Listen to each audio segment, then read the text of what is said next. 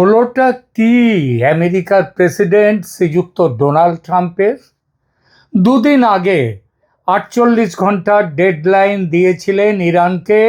তার মধ্যে হরমুজ প্রণালী খুলে না দিলে ইতিহাসের ভয়ঙ্করতম হামলা করবেন ইরানে। পেরিয়ে গেল ডেডলাইন, হামলা হলো না। বরং 48 ঘন্টা পেরোবার আগে ট্রাম্প বললেন ইরানের সঙ্গে যুদ্ধবিরতি আলোচনা প্রোডাক্টিভ অর্থাৎ সদর্থক। যিনি ইরানকে পায়ের তলায় ফেলবেন বলে 28 ফেব্রুয়ারি ইসরায়েলকে সঙ্গে নিয়ে ঝাঁপিয়ে পড়েছিলেন তেহরানে, বলেছিলেন 4 দিনের মধ্যে ইরানে গণতন্ত্র আনবেন, মানুষকে মুক্ত করে দেবেন। তিনি হঠাৎ কেন ইরানি শাসকদের সঙ্গে, সেই পুরনো ইরানি শাসক, তাদের সঙ্গে বসে আলোচনার মাধ্যমে যুদ্ধ শেষ করতে চাইছেন কেন? এই নিয়ে এখনকার প্রতিবেদন। নমস্কার, খবরের অন্তরালের খবর নিয়ে ক্যালকাটা ডায়ালগস থেকে মনোজ দাস। সংক্ষেপে, ট্রাম্প 48 ঘন্টার আলটিমেটাম পেরোনোর আগেই ইরানের বিদ্যুৎ কেন্দ্র ও জ্বালানি অবকাঠামোয় হামলা স্থগিত করে 5 দিনের একতরফা যুদ্ধবিরতি দিয়েছেন। কারণ তার ভাষ্য অনুযায়ী ওয়াশিংটন ও তেহরানের মধ্যে very good and very productive আলোচনা হয়েছে। আলোচনাটা কিসের জন্যে? আলোচনা যুদ্ধ থামানোর জন্যে, যুদ্ধবিরতির জন্যে। এবং ট্রাম্প বলেছেন যে মেজর পয়েন্টস অফ এগ্রিমেন্ট তৈরি হয়েছে, যে কোন কোন বিষয়ে আলোচনায় একটা চুক্তি হবে সেটা তৈরি হয়ে গেছে। ব্লুমবার্গ যে বিখ্যাত মিডিয়া হাউস, তারা এই খবরের একটা খবর দিয়েছে, খবরের শিরোনাম দিয়েছে Trump delays energy strikes, says discussion productive and sets 5 days no attack for Iran talks. Iran denies. অর্থাৎ ট্রাম্পের দাবি আলোচনা হয়েছে, 5 দিন হামলা করবেন না তিনি। এবং এই আলোচনায় সবচেয়ে গুরুত্বপূর্ণ দিক হচ্ছে ইরান আবার বলছে এমন কোনো সরাসরি আলোচনা হয়নি। খেয়াল করবেন কথাটা, সরাসরি আলোচনা হয়নি। সরাসরি না হলে কি পরোক্ষভাবে আলোচনা হয়েছে? আর যদি আলোচনা নাই হয়ে থাকে তাহলে ট্রাম্প কেন বলছেন আলোচনা হচ্ছে, আর ইরান কেন বলছে যে আলোচনা হচ্ছে না? দেখুন, যুদ্ধের নিয়ম হচ্ছে যার অবস্থা খারাপ থাকে সেই কিন্তু আলোচনা করে শান্তির জন্য এগিয়ে যায়, আর যে ভালো পজিশনে থাকে সে সেটা করে না। ট্রাম্প বলেছেন আলোচনা হচ্ছে মধ্যপ্রাচ্যে complete and total resolution of hostilities নিয়ে, মানে ঝগড়াঝাটি টেম্পোরারি নয়, একেবারে পার্মানেন্ট বন্ধ করা নিয়ে এবং আলোচনা চলছে।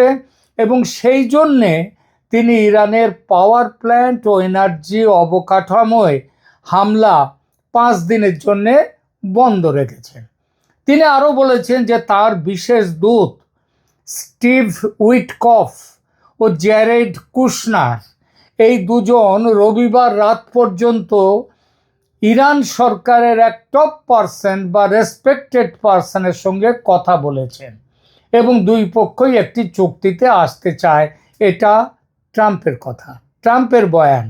কিন্তু ইরানি রাষ্ট্রীয় বয়ান এই দাবিকে পুরোপুরি অস্বীকার করেছে। ফলে এখনও স্পষ্ট নয় যে এটা সরাসরি আমেরিকা ইরানের চ্যানেল নাকি তৃতীয় কোনো দেশের মাধ্যমে পরোক্ষ বার্তা আদান প্রদান চলছে।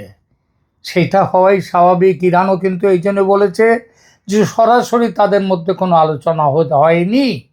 তাই পরোক্ষ কোনো দেশ, সেটা কে হতে পারে? খুব সম্ভব রাশিয়ার মাধ্যমে এই আলোচনা চলেছে, যদি না সরাসরি হয়ে থাকে। ট্রাম্প কেন হঠাৎ এই থেমে গেলেন? কেন?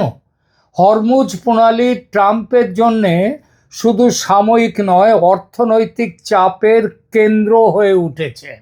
কারণ সারা পৃথিবীর প্রায় 20% তেল এই হরমুজ প্রণালী দিয়ে যায় এবং এই পথের ওপরে তারা নির্ভরশীল।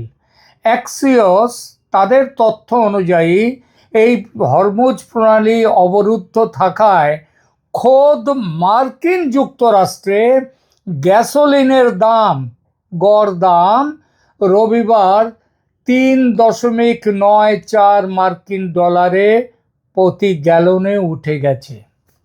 এই গ্যাসোলিনটা কিন্তু এই অঞ্চল দিয়েই যায়, আমেরিকাতে পাওয়া যায় না গ্যাসোলিন এবং এই যে 3.94 মানে প্রায় $4 প্রতি গ্যালন দাম, এটা আগের মাসের তুলনায় প্রায় $1.5 বেশি। অর্থাৎ যুদ্ধ দীর্ঘ হলে ট্রাম্পকে ঘরোয়া জ্বালানি রাজনীতির চাপও সামলাতে হবে। এছাড়া যুদ্ধের বিশাল খরচ তো আছেই। সরাসরি প্রতি সপ্তাহে প্রায় $10 বিলিয়ন খরচ হচ্ছে, যেটা আমেরিকার বর্তমান অর্থনীতির অবস্থা আরও খারাপের দিকে নিয়ে যাচ্ছে। এই কারণেই ট্রাম্পকে তার অবস্থান 24 ঘন্টার মধ্যে বদলাতে দেখা যাচ্ছে। একদিন আগে তিনি যুদ্ধ উইন্ডিং ডাউন মানে পুরোপুরি খতম করার কথা বলেছিলেন ইতিহাসের ভয়ঙ্করতম আক্রমণ দিয়ে। তারপর দিন হরমুজ খুলতে 48 ঘন্টার আলটিমেটাম দিলেন। তারপর আবার সেই আলটিমেটাম শেষ হওয়ার আগেই তিনি আলোচনার কথা বলে হামলা 5 দিনের জন্য পিছিয়ে দিলেন। কারণ এই যে শুধু যে যুদ্ধের আঁচ আমেরিকার গায়ে বড় রকমের ছ্যাঁকা দিচ্ছে তা নয়, আরও একটা বড় কারণ হলো ইরানের জ্বালানি স্থাপনায় মানে তাদের যে সমস্ত তেলের ডিপোগুলো রয়েছে, জায়গাগুলো, সেখানে মার্কিন হামলা হলে ওই আমেরিকার যে উপসাগরীয় আরব বন্ধুরা আছে তাদের ওপরও পাল্টা আঘাত হানবে, এটা ইরান বলে দিয়েছে এবং সেই অনুযায়ী কাজও করে দিচ্ছে। সুতরাং এই আঞ্চলিক যে আরব দেশগুলো তারা ট্রাম্পকে বলে দিয়েছেন যে আপনি সামলান, আপনি নিজেকে সামলান। আরব দেশগুলো সমস্বরে বলছে ইরানের তেলের ওপর, গ্যাসের ওপর, বিদ্যুৎ কেন্দ্রের ওপর পরমাণু হামলা হলে এই হামলাটা করবেন না, কারণ তাহলে ইরান পাল্টা হামলা করবে আমাদের তেলের ডিপোয়, আর আমাদের তেল গেলে থাকলোটা কি থাকলো? আরেকটি কারণ বাজারের সংকেত। ট্রাম্প হামলা স্থগিতের কথা বলার পর সাথে সাথেই তেলের দাম পড়ে যায় আন্তর্জাতিক বাজারে, এবং শেয়ার বাজারও চাঙ্গা হয়ে ওঠে, যা দেখায় বাজার দ্রুত শান্তি ফিরে আসুক, এটা চাইছে বাজার। তাই যুদ্ধবিরতি নিয়ে ট্রাম্পের ব্যগ্রতা আদৌ মানবিক বা কূটনৈতিক নয়। মানবিক যদি হতেন ট্রাম্প, তাহলে ওই ইরানের বাচ্চা মেয়েদের স্কুলের ওপরে বোমা ফেলে 160 জনকে মেরে ফেলতেন না, যাদের গণকবর দিতে হয়েছিল। তার জন্য দুঃখ প্রকাশ পর্যন্ত করেনি ট্রাম্প, শুধু বলেছে এটা ভুল করে হয়ে গেছে হামলা। সুতরাং মানবিক কোনো ব্যাপার এর মধ্যে নেই। এর মধ্যে আছে সেটা হলো তেল বাজার, মুদ্রাস্ফীতি, বন্ধু দেশগুলোর নিরাপত্তা এবং একটি দীর্ঘ আঞ্চলিক যুদ্ধের রাজনৈতিক খরচ, সব একসঙ্গে কাজ করছে। এখানে ট্রাম্পের অবস্থানকে পুরোপুরি বলা যায় ভোল বদল। বিড়াল বিপদে পড়লে তখন গাছে ওঠে, ট্রাম্পও গাছে উঠতে বাধ্য হচ্ছেন, শান্তির কথা বলতে বাধ্য হচ্ছেন। কারণ 20 মার্চ পর্যন্ত তিনি প্রকাশ্যে বলেছিলেন যে সিজফায়ার চান না এবং প্রতিপক্ষকে পুরোপুরি হারানোর সময় যুদ্ধবিরতি হয় না। বলেছিলেন যুদ্ধে তিনি জিতে গেছেন, সুতরাং ইউরোপের বন্ধুদের আর তার কাছে যেতে হবে না। এত সব কথা তিনি বলেছেন। অর্থাৎ তার বর্তমান কৌশলকে ঠিকভাবে বোঝা যায়। তিনি সব কিছু করছেন চাপ দেওয়ার, যেটা তার বুলি করা, দর কষাকষি, হামলার হুমকি রেখে কিন্তু বাস্তবে সময় দিয়ে ইরানকে হরমুজ আঞ্চলিক হামলা ও বৃহত্তর সংঘাত সমাপ্তির বিষয়ে নরম করতে চাইছেন ইরানকে। এ থেকে এই সিদ্ধান্তই আসা যায় যে ইরানের নরম হওয়ার আগে ট্রাম্প নিজে নরম হয়ে গেছেন। বলা যায় ওই শক্ত মাটি ছিল না বা পাথর ছিল, এখন সেখান থেকে প্রায় কাদা হয়ে এসেছেন। এ কারণেই তিনি একদিকে আলোচনা প্রোডাক্টিভ বলছেন, অন্যদিকে বিরতিটাকে সাময়িক ও শর্ত সাপেক্ষ রাখছেন। আমার মতে ট্রাম্প এখন যুদ্ধবিরতিতে ব্যস্ত হয়েছেন মূলত 3 কারণে। হরমুজ না খুললে সারা বিশ্বের জ্বালানি যে ধাক্কা খেয়েছে সেই ধাক্কা সামলানো কঠিন।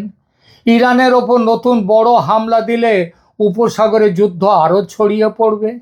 আর বাজার ও ঘরোয়া দামে এর যে রাজনৈতিক দায়, যেটা আমেরিকা সারা পৃথিবী জুড়ে হচ্ছে, বিশেষ করে আমেরিকার মানুষের তাদের দায় চাপাবে সরাসরি হোয়াইট হাউসের ঘাড়ে, ট্রাম্পের ঘাড়ে।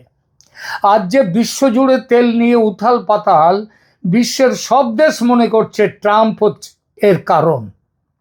আর আমেরিকার নিজস্ব সেনাবাহিনীও যে যুদ্ধে আর জড়িয়ে পড়তে চায় না, তার তো প্রমাণ তো মিলেছে 3 দিন আগে, গত 13ই মার্চে, কয়েকদিন আগে লোহিত সাগরে আমেরিকার অন্যতম বৃহত্তম যুদ্ধজাহাজ জেরাল্ড আর ফোর্ডে আগুন ধরিয়ে দিয়েছে সেই জাহাজের নৌসেনারাই।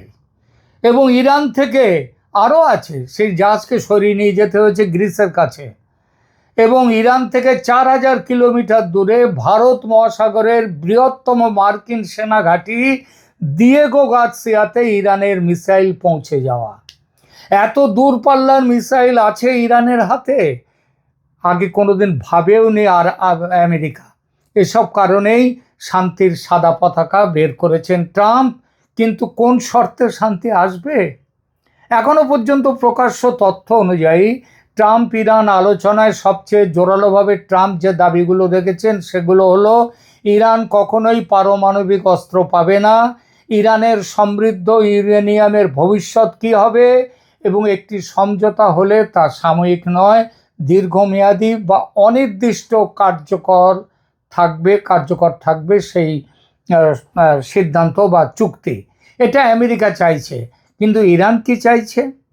ইরানের যদি সত্যি ইরানের নিশ্চয়ই একটা কোনো না কোনো জায়গায় আলোচনা হচ্ছেই যুদ্ধবিরতির, এবং সেখানে ইরান যুদ্ধবিরতির সেই আলোচনায় যারা আছেন, সেটা রাশিয়ার মাধ্যমে হোক কিংবা অন্য যেই হোক না কেন, সেখান দিয়ে ইরানের প্রথম দাবি হচ্ছে তাদের ওপর আরোপিত সব ধরনের অর্থনৈতিক নিষেধাজ্ঞা তুলে নিতে হবে, স্যাংশন তুলতে হবে। বিশেষ করে কোনো বাধা ছাড়াই তেল রপ্তানি করার সুযোগ এবং বিদেশের ব্যাংকে আটকে থাকা ইরানের যত টাকা আটকে রেখে দিয়েছে আমেরিকা এবং তার সহযোগীরা, সেই তহবিল মুক্ত করে দিতে হবে। এছাড়া সরকার পরিবর্তনের চেষ্টা যেগুলো আমেরিকা করে যাচ্ছে পৃথিবীর বিভিন্ন দেশে, বাংলাদেশেও করেছে 2024-এ, তো এবং ইরানও তো করছে বারবার। এবার তো আক্রমণের মূল লক্ষ্যই হচ্ছে সবাইকে মেরে ফেলে দাও, মেরে ফেলে দিয়ে খামেনিকে মেরে ফেলে দাও।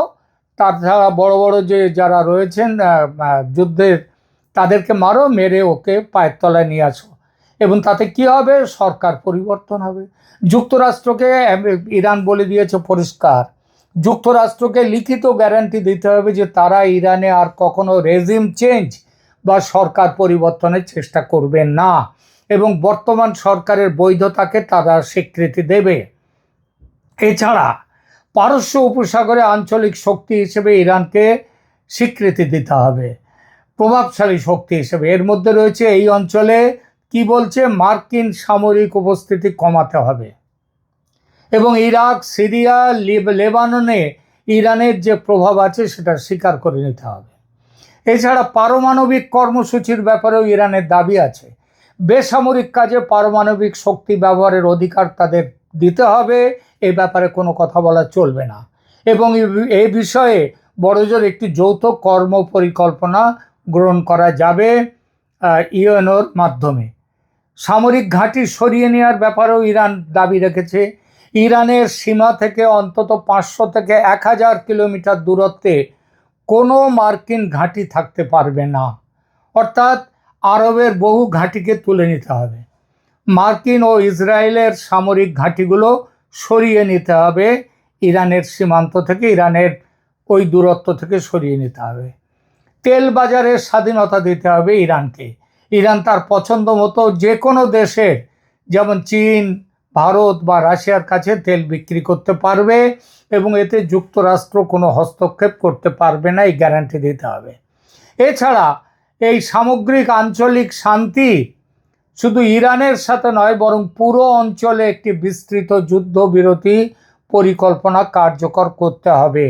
এর উপরে অন্যতম বড় দাবি হলো ক্ষতিপূরণ দিতে হবে আমেরিকাকে। মার্কিন হামলা ও নিষেধাজ্ঞার কারণে ইরানের যে আর্থিক ও অবকাঠামোগত ইনফ্রাস্ট্রাকচারাল যে ক্ষতি হয়েছে তার জন্য ক্ষতিপূরণ এবং সেগুলো পুনর্গঠনের জন্যে বিনিয়োগ দিতে হবে, টাকা দিতে হবে, ক্ষতিপূরণ দিতে হবে। বন্দি মুক্তি এবং ব্যাংকিং সুবিধা এটাও দিতে হবে। আটক থাকা ইরানি নাগরিকদের মুক্তি দিতে হবে এবং বৈশ্বিক ব্যাংকিং সিস্টেম বা সুইফট ব্যবহারের সুযোগ ইরানকে দিতে হবে। এই শর্তগুলো মানা হলে এই শর্তগুলো মানা হলে ইরান হরমুজ প্রণালীতে জাহাজ চলাচলের পথ খুলে দেবে, স্বাভাবিক করে দেবে এবং সে বিষয়ে ব্যবস্থা নেবে। ট্রাম্প প্রকাশ্যে বলেছেন আলোচনার নাম্বার 1 বিষয় হলো ইরানের নিউক্লিয়ার ওয়েপেন ইরান হাতে নিতে পারবে না সেইটা। পিবিএস সংবাদ মাধ্যমের রিপোর্ট অনুযায়ী তিনি আরও ইঙ্গিত দিয়েছেন যে চুক্তি হলে যুক্তরাষ্ট্র ইরানের যে এনরিচড ইউরেনিয়াম রয়েছে ভান্ডার, সেই ভান্ডারটা কি হবে নিজেদের নিয়ন্ত্রণে নেওয়া কিংবা অন্য কোনো ব্যবস্থা চাইতে পারে। অ্যাক্সিওসের রিপোর্টে ট্রাম্পের দূত স্টিভ উইটকফ বলেছেন দুইটি মূল আলোচ্য বিষয় হলো ইরানের ইউরেনিয়াম এনরিচমেন্ট করার ক্ষমতা এবং বর্তমানে যে এনরিচড ইউরেনিয়াম বা মজুদ ভান্ডার আছে সেগুলো নষ্ট করে দেয়া কিংবা সেগুলোর কোনো ব্যবস্থা করা।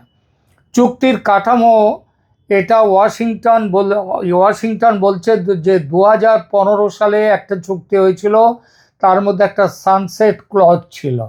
এই ক্লজ অনুযায়ী এটা হচ্ছে যে একটা নির্দিষ্ট কাল পর্যন্ত এটা থাকবে, মানে যেমন সূর্যাস্ত পর্যন্ত এটা থাকবে, তার মানে একটা নির্দিষ্ট সময় পর্যন্ত। কিন্তু এখন তারা চায় যে অনির্দিষ্টকাল এটা থাকতে হবে, এটা ইরানও চাইছে। অর্থাৎ যে সিদ্ধান্ত সেটা একটা পার্মানেন্ট সিদ্ধান্ত হবে। এ কারণে শুধু সাময়িক নয় বরং স্থায়ী ধরনের বিভিন্ন বিষয় নিয়ে এখানে আলোচনা চলছে।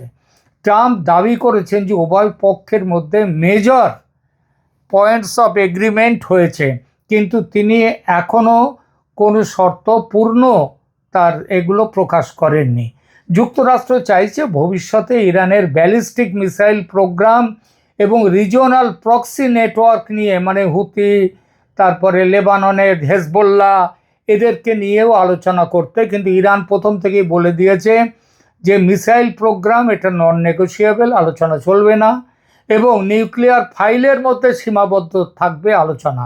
আর সবচেয়ে বড় আলোচনা হচ্ছে সম্ভবত এখানেই ওয়াশিংটন চায় বড় অচল অবস্থা সেটা দূর করতে এবং তারা বাধ্য হয়ে এখন এই রাস্তায় নামতে বাধ্য হয়েছে।